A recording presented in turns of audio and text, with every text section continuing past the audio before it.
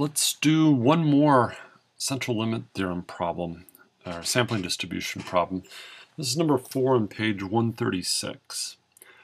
I like this problem a lot. A typical incoming telephone call to your sales catalog force will result in a mean order of $28.63 with a standard deviation of 13.91. You may assume that orders are received independently of one another, period.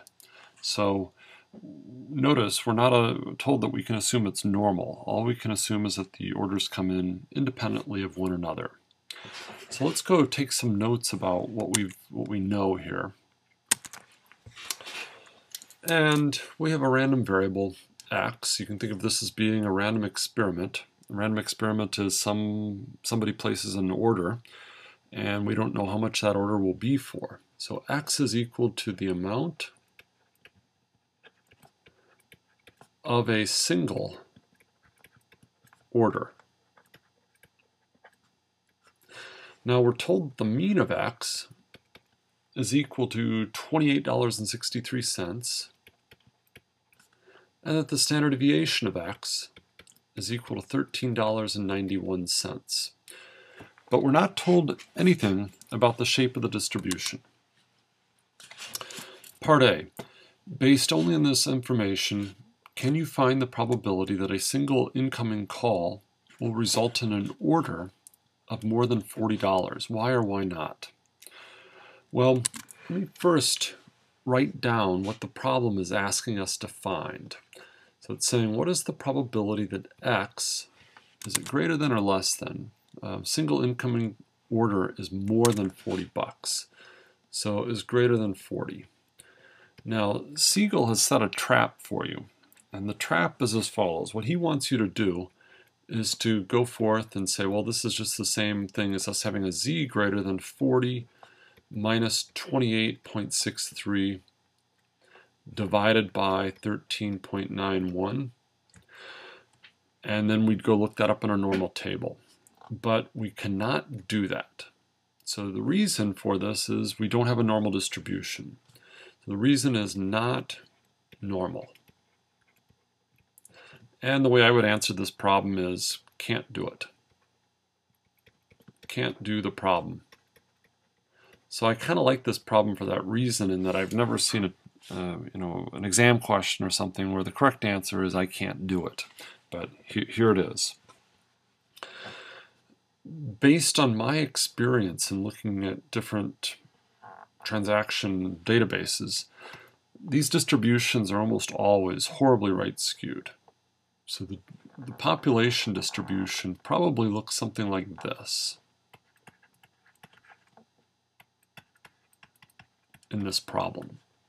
The mean is 28.63. The standard deviation is 13.91. Let's read on. Part B says an operator is expected to handle 110 incoming calls tomorrow. Find the mean and the standard deviation of the resulting orders, where t hat is the total order.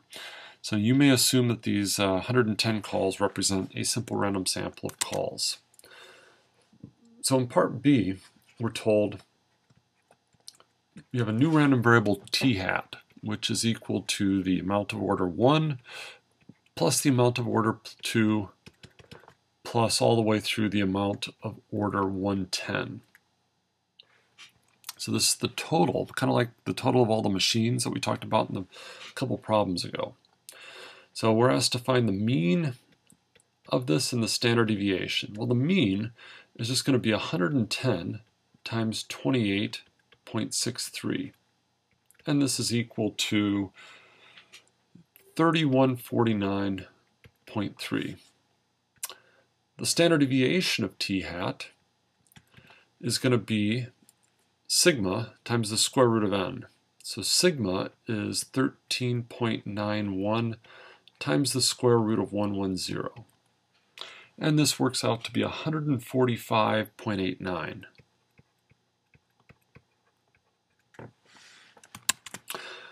Part C, what is the approximate shape of the probability distribution of the total orders from that operator in part B. How do you know?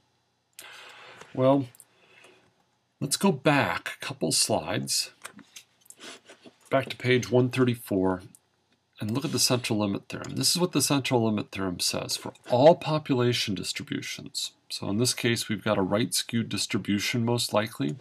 So for any distribution, including right-skewed, the sampling distribution of both x bar and t hat will be approximately normal as long as our sample size is big enough. So the way we're going to write up part C is that the central limit theorem tells us that it is normal. Now I'm going to go draw that over here.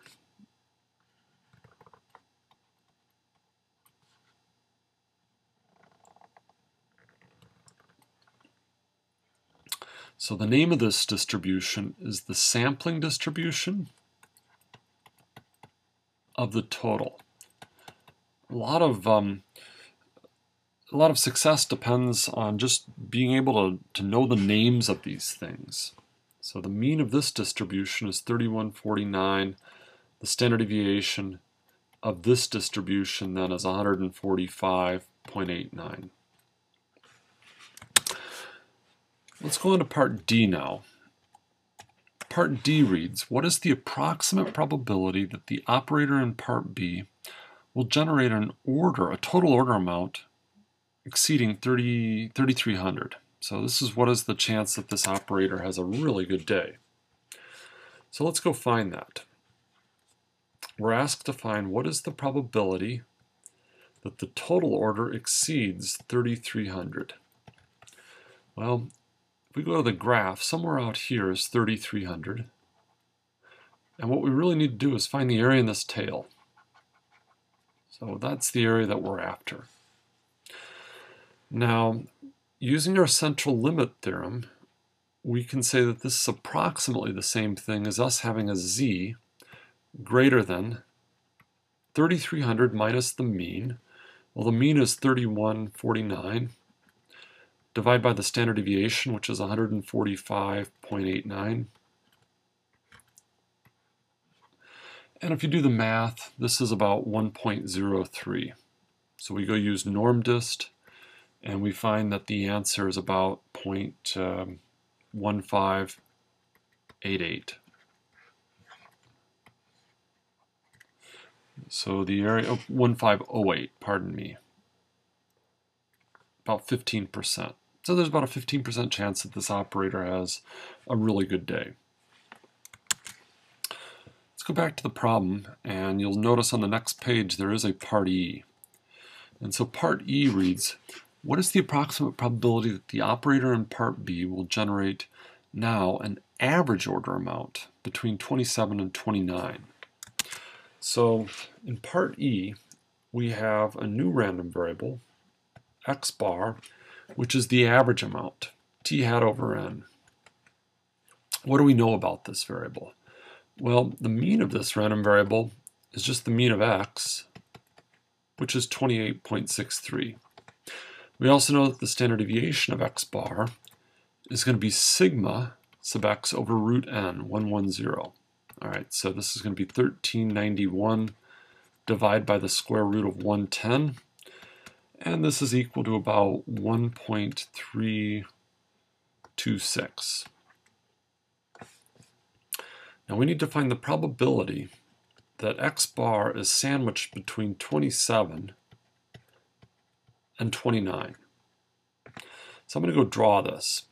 Using the central limit theorem, we can conclude that the distribution of x bar now is going to be approximately normal. The name of this distribution is the sampling distribution of the mean now. Again, knowing these names will help you.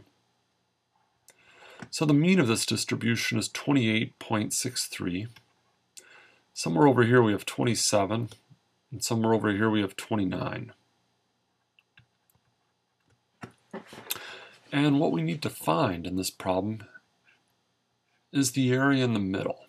So how are we going to do this?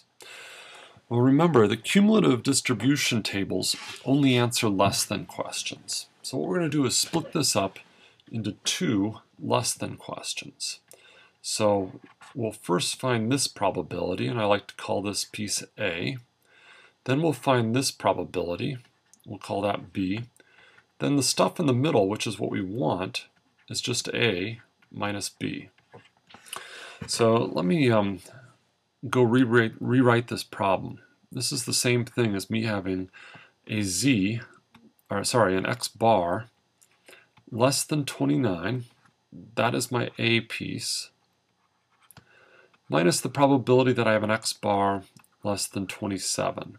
That's my B piece. Now let's go find these two pieces. So this is going to be approximately equal to the chance that I have a z less than 29 minus 28 point, so what is it, 63, divide by 1.326, minus the probability that I have a z less than 27 minus 28.63 divide by 1.326. This number is actually 0.28. This number is minus 1.23, pardon me. So if I go look those two numbers up using norm dist, the first one is 0.6103 minus 0.1093, and the final answer is 0.5010. So the chance that I am in that middle region is about 50%. The chance that my average order size is between $27 and $29. So I like this problem very much because it illustrates how we can't really find probabilities of single order amounts without additional information. So what we would need is a frequency distribution from Chapter 3. Recall how we found probabilities of like this using the frequency distribution in, for example, that age example. However, we can find probabilities of the total and the sample mean as long as we have a sample that's large enough. So both the sampling distribution of the total and the sampling distribution of the mean will be approximately normal. So this is a very good problem. I encourage you to try working it on your own now and doing the other problems in this chapter.